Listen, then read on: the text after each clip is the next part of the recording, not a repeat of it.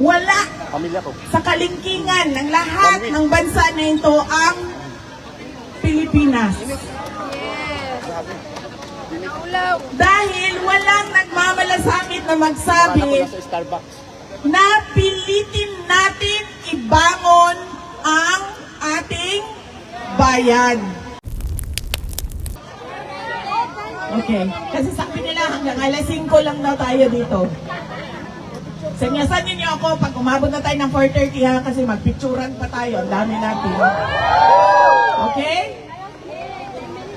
Asa ako, sa Sona bukas, bubudol na naman sila. Ang susunod ay yung walang klarong independent foreign policy. Nasa saligang batas natin yon. Nasa konstitusyon yon. Na hindi tayo kikiling kahit kanino man na dayuhan para sa ating bayan. Pero anong nakikita natin ngayon? Ang nakikita natin ay ang militarisasyon ng ating bayan.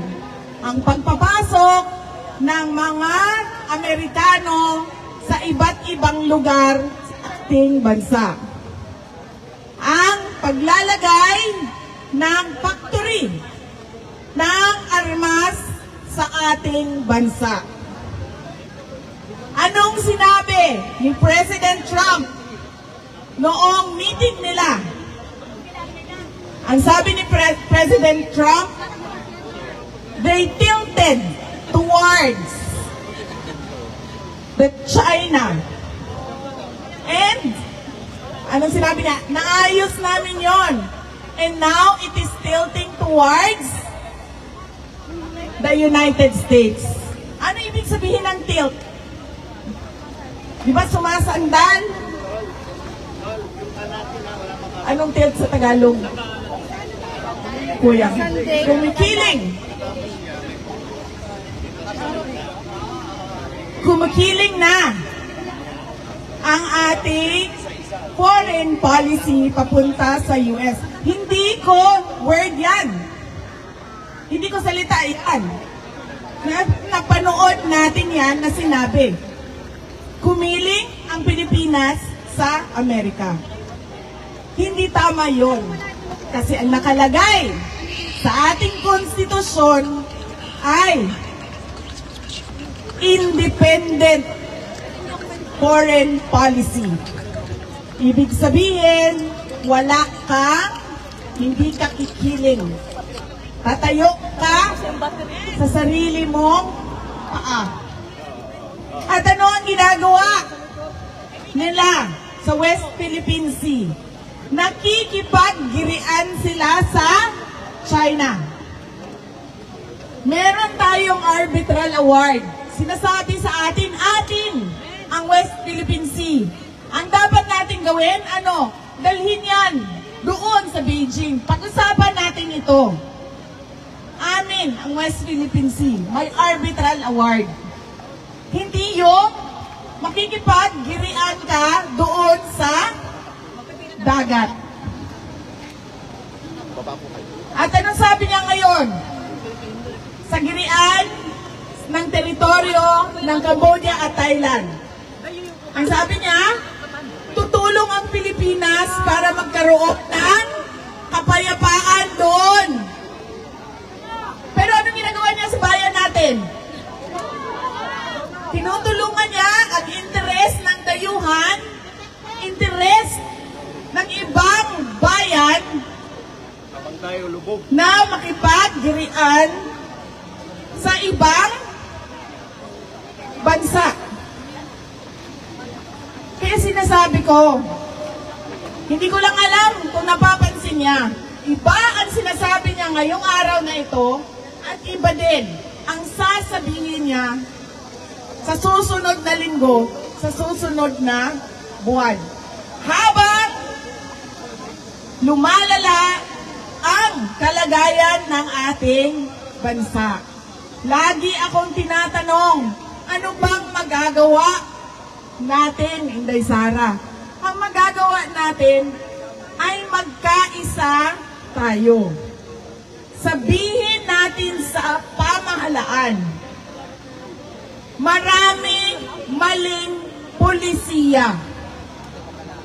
Dapat ninyo itama. Unang-una na, hindi ninyo kami pwedeng sabihan na magtiis na lang kami. At new normal na yan. Hindi ninyo kami pwedeng sabihan na wala na tayong magagawa. Dahil, bakit? Ganito ang bansa ng Korea. Hindi perfect, pero madaming maayos. Marami pang ayuda. Bakit? Marami pang ayuda dito. Alam nyo, pumunta ako, di ba? Nakisama ako sa Filipino community sa The Hague. Pumunta yung mga tiga-Europe. Pumunta kami sa Australia. Pumunta kami sa Qatar. Pumunta kami sa dito sa inyo, sa South Korea. Ang susunod namin ay sa Kuwait. Wala pang date. Hanggang ngayon. Wala Pamilya ko. sa kalingkingan ng lahat ng bansa na ito ang Pilipinas. Naulaw. Dahil walang nagmamalasakit na magsabi Ako na sa Starbucks.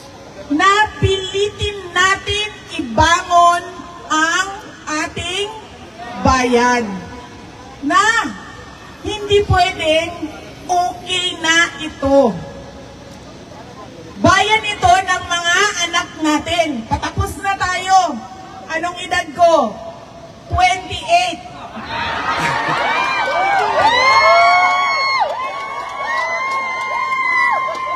Uy, sandali. Kahapon, nagsakay kami ng international taxi. So, yung Koreano na driver, marunong siya mag-English.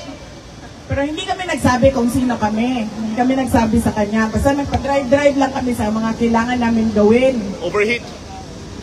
Sabi nung, taxi driver, Kailangan pa rin dapat ka ng payong. may asawa na ba daw ako? Ang init. Bumalik ko. Ayaw lang magtanong. Nagtigil ako. Sabi niya, may asawa na ba daw ako? Ayaw lang magano. Ayaw lang. Tapos sabi ko Eh, sa dapat kanya, makapicture wala, lang wait, ako isa." 28 years old lang ako.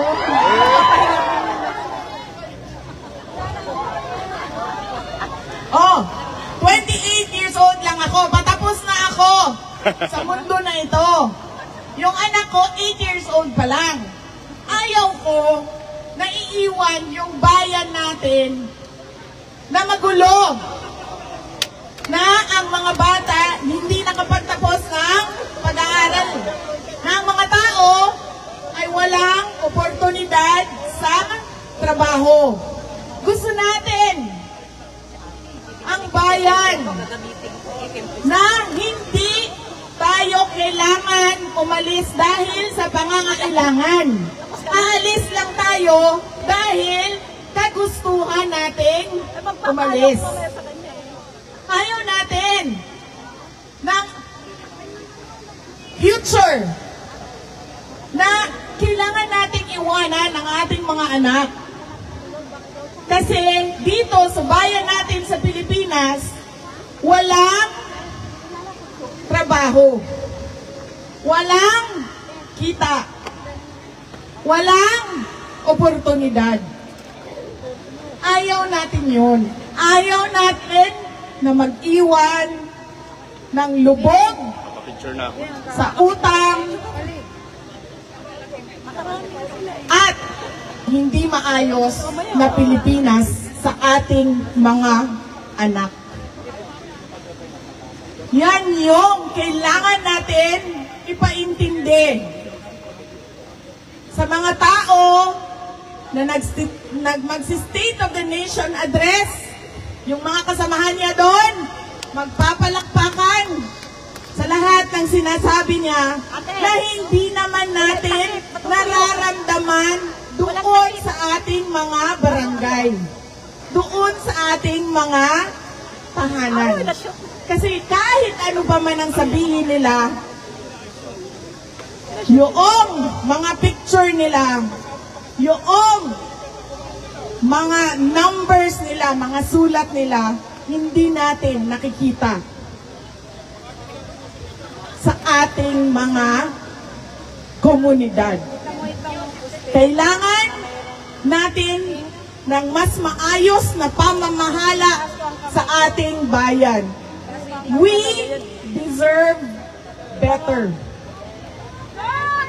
Hindi kami ang sasabihan, hindi tayo ang sasabihan na okay na yan. Ganyan talaga yan. Hindi pwedeng ganyan ang sagot ng gobyerno. Hindi sa pag-usapan ng baha. Nakaka-high blood pala talaga yung init, ano? Relax lang.